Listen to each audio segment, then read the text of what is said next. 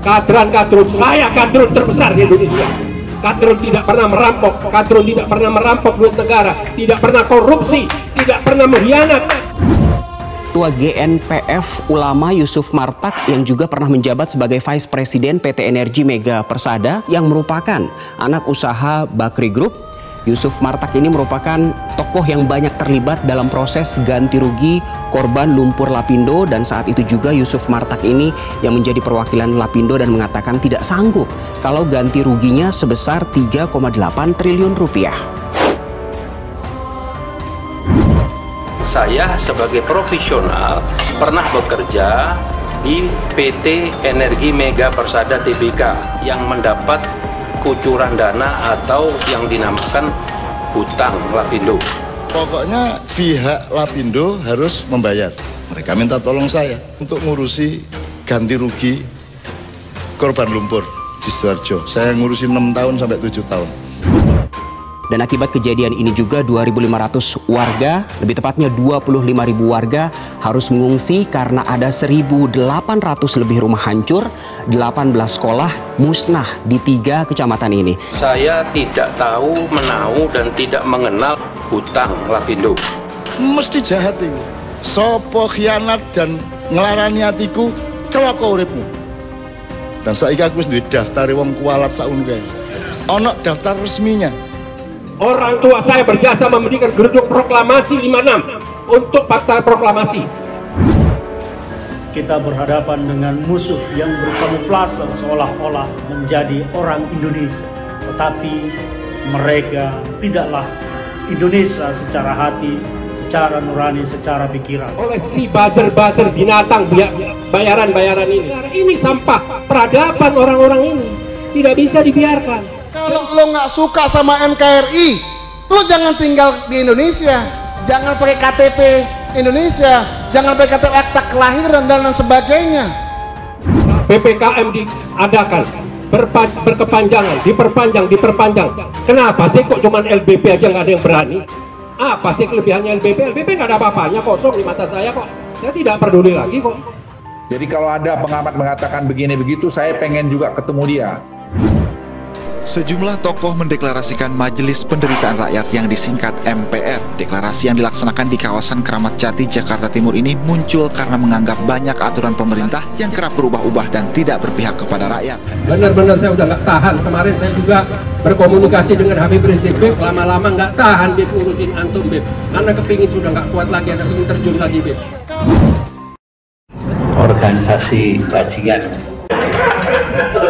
Tulis saja bajingan, ragu-ragu. Saya bilang begitu. Gus Dur kan tidak melihat. Dari mana dia bisa berkeyakinan? Kalau orang nggak melihat berkeyakinan. Gus Dur itu buta mata juga buta hati. Gus Dur itu buta mata juga buta hati.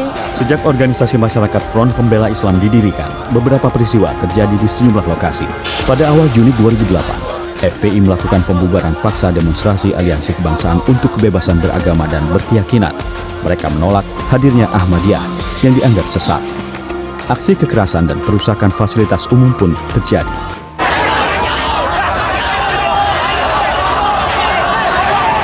Keluarin FPI, kita bikin lagi dari Front Pembela Islam jadi Front Pemersatu Islam. Disingkat FPI lagi. Majelis Penderitaan Rakyat itu adalah sudah sesuatu tanda-tanda.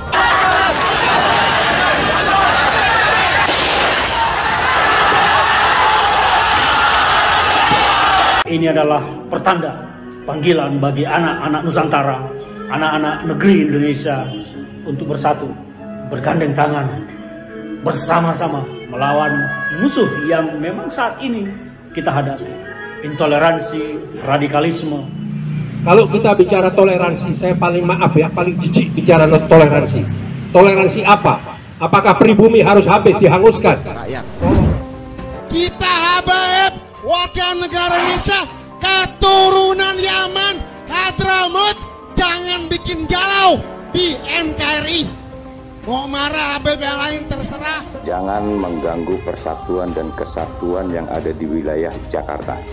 Saya Panglima, jangan coba-coba mengganggu persatuan dan kesatuan yang ada di Jakarta.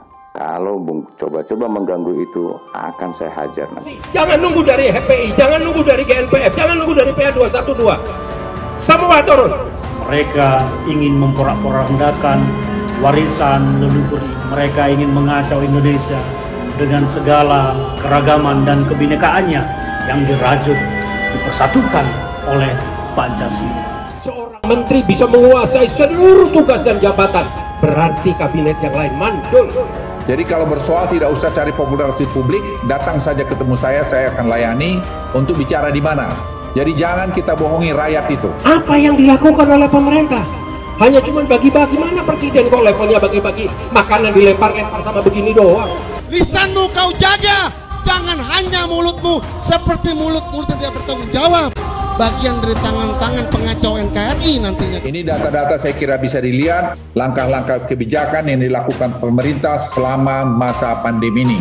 Luhut mengakui setiap kebijakan pemerintah terkait penanganan COVID-19 belum sempurna. Namun menurutnya pemerintah sudah berusaha melakukan yang terbaik untuk mengendalikan pandemi ini. Pemerintah telah melakukan koordinasi untuk menambah dan mempercepat penyaluran bantuan sosial selama PPKM darurat, terutama untuk melindungi masyarakat menengah ke bawah. Jadi Presiden menekankan masyarakat menengah ke bawah betul-betul harus dilindungi. Kadrun, saya kadrun terbesar di Indonesia. Ya. Ala kita nah habaib warga negara Indonesia numpang di Indonesia. Kenyataan kita WNI keturunan kenyataan. Apalagi kita Arab. Jangan bikin gaduh juga. Kita ingin adanya pergantian presiden karena kita menganggap presiden kurang layak untuk mensejahterakan rakyat, untuk berbuat pada negara. Nyari duit di Indonesia, nyari makan di Indonesia, masih ingin merongrong merah putih. Inilah mereka dajjal akhir zaman. Para petinggi aksi 212 seperti Ustadz Yusuf Martak hingga Haikal Hasan mendeklarasikan organisasi Majelis Penderitaan Rakyat. Pegiat media sosial Ferdinand Huta Hayan mengingatkan pemerintah harus bersiap-siap lagi menghadapi pasukan nasi bungkus. Seperti diketahui, tokoh-tokoh pendukung 212 diantaranya Ustadz Yusuf Martak, Babe Haikal Hasan, YouTuber Babe Aldo melakukan deklarasi Majelis Penderitaan Rakyat. Yusuf Martak menyatakan deklarasi MPR tersebut lantaran negara saat ini sedang dalam keadaan terancam karena MPR dan DPR dalam keadaan mandul. Selain itu, Yusuf Martak juga menyebut sumber daya alam Indonesia juga sudah banyak dikuras, sementara TKA bebas masuk. Karena itulah kini lahir Majelis Penderitaan Rakyat untuk membela kepentingan bangsa dan negara, kata Yusuf dikutip dari Fakta Kini. Tokoh GNPF ulama ini menegaskan umat Islam akan berjuang di garis depan bersama umat non-muslim untuk menyelamatkan bangsa dan negara ini. Ia juga mengkritik PPKM yang terus diperpanjang, akan tetapi TKA asing terus berdatangan, serta Menko Marves Luhut Binsar Panjaitan yang bagai menguasai seluruh jabatan. Kenapa sih cuma LBP saja kok tidak ada yang berani? Apa sih kelebihannya LBP? LBP nggak ada apa-apanya, kosong di mata saya kok, ujar Ustadz Yusuf.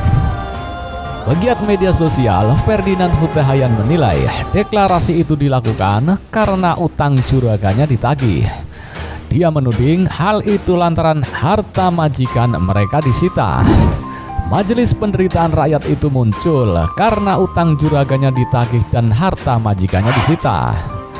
Pemerintah harus bersiap menghadapi kericuhan lagi karena pasukan nasi bungkus sudah deklarasi dan mereka akan bikin ribut untuk dapat nasi bungkus, tulis Ferdinand di media sosial. Mantan politikus Partai Demokrat itu menyindir Yusuf Martak lantaran pernyataan Ketua Umum GNPF ulama itu yang menyinggung sosok Luhut Binsar Panjaitan atau LBP. Apa sih kelebihannya LBP? LBP nggak ada apa-apanya, kosong di mata saya kok. Ferdinand Huta Hayan lewat cuitannya di Twitter Selasa 7 September 2021 awalnya menyoroti pernyataan Yusuf Martak terkait LBP tersebut. Menurutnya, Luhut Binsar Panjaitan tak pernah menyatakan dirinya orang kuat, orang hebat, apalagi imam besar, cuit Ferdinand Huta Hayan. Namun menurut Ferdinand, yang pastinya LBP telah berbuat banyak kepada bangsa Indonesia dengan segala loyalitas dan jiwa nasionalismenya. Tapi yang pasti, LBP telah banyak berbuat untuk negerinya dengan segala loyalitas dan nasionalismenya, tuturnya. Ia pun lantas menyindir Yusuf Martak. Menurut Ferdinand, sosok Luhut sangat berbeda dengan imigran asing di Indonesia yang kerjanya hanya menimbulkan kericuhan di masyarakat. Beda dengan beberapa turunan imigran asing yang kerjanya ngericuhin bangsa ini, kata Ferdinand Huta Hayan. Dalam cuitannya itu, Ferdinand Huta Hayan juga membagikan video pernyataan Yusuf Martak yang menyinggung Menteri Koordinator Kemaritiman dan Investasi atau Menko Marves, Luhut Binsar Panjaitan. PPKM diadakan, berkepanjangan, diperpanjang. Apa sih kelebihannya LBP? LBP nggak ada apa-apanya, kosong di mata saya kok. Jangan bikin gaduh juga. Nyinyir mulutnya kayak perempuan. Jadi kalau ada pengamat mengatakan begini begitu, saya pengen juga ketemu dia. Sejumlah tokoh mendeklarasikan Majelis Penderitaan Rakyat yang disingkat MPR. Deklarasi yang dilaksanakan di kawasan Keramat Jati, Jakarta Timur ini muncul karena menganggap banyak aturan pemerintah yang kerap berubah-ubah dan tidak berpihak kepada rakyat. Kita habaib warga negara Indonesia, keturunan Yaman, Hadramut, jangan bikin galau di NKRI. Mau marah Habib yang lain terserah. Jangan mengganggu persatuan dan kesatuan yang ada di wilayah Jakarta. Saya Panglima yang coba-coba mengganggu persatuan dan kesatuan yang ada di Jakarta. Kalau coba-coba mengganggu itu, akan saya hajar.